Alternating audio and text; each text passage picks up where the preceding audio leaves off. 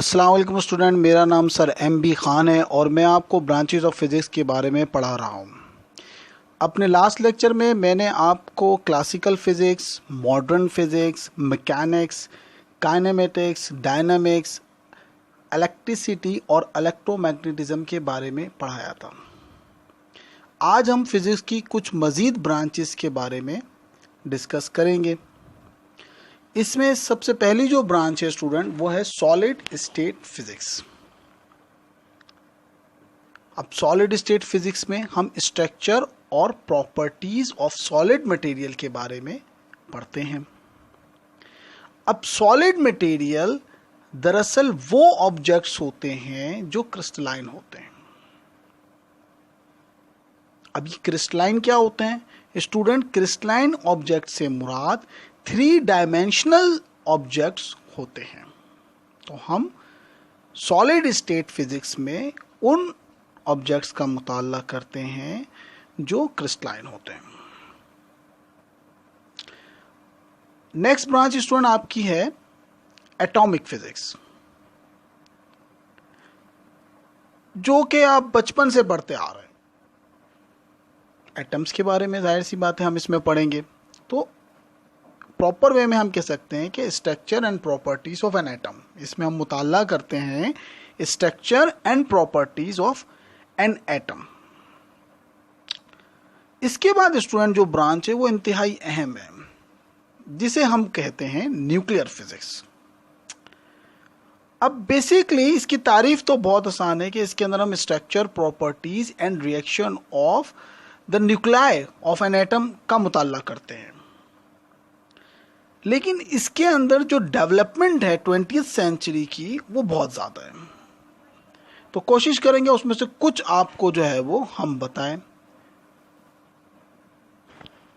अब आपको पता है कि न्यूक्लियस, एटम के अंदर न्यूक्लियस होता है और उस न्यूक्लियस के अंदर न्यूट्रॉन और प्रोटॉन होते हैं और इसके बाहर इलेक्ट्रॉन अपने ऑर्बिट्स में गर्दिश करते हैं।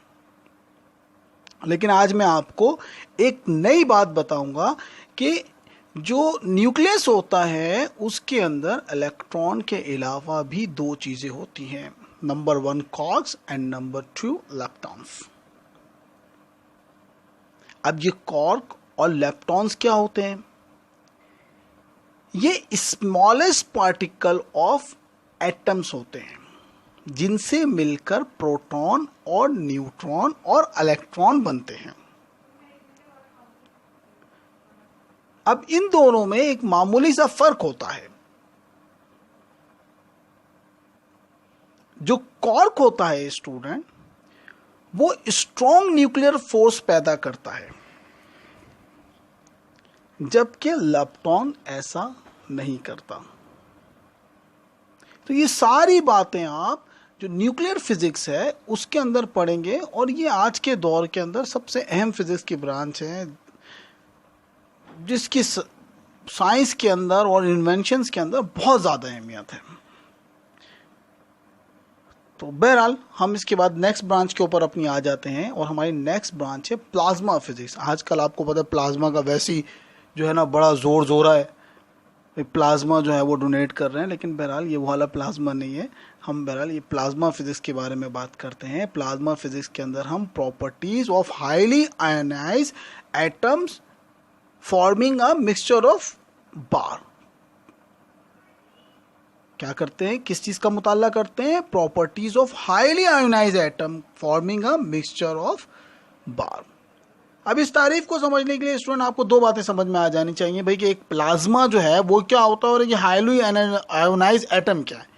इसके अंदर भी स्टूडेंट मैं आपके इल्म में इजाफा करूंगा कि ये जो प्लाज्मा होता है ये क्या चीज़ है। तो आप बचपन से पढ़ते आ रहे हैं स्टूडेंट के मैटर की जो है वो 3 ही शक्लें होती हैं, 3 स्टेट्स होती हैं, जिसे हम कहते हैं कि भाई सॉलिड, लिक्विड और गैस। लेकिन स्टूडेंट मैटर की 3 स्टेट्स नहीं होती, मैटर की 4 स्टेट्स होती हैं, सॉलिड, लिक्विड और गैस, और फिर उसके बाद प्लाज्मा आ जाता है।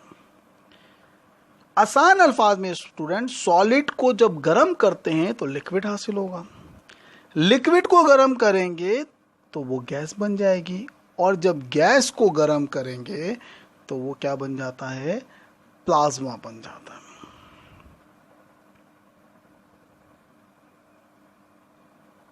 अब हाईली आयोनाइज एटम क्या होते हैं?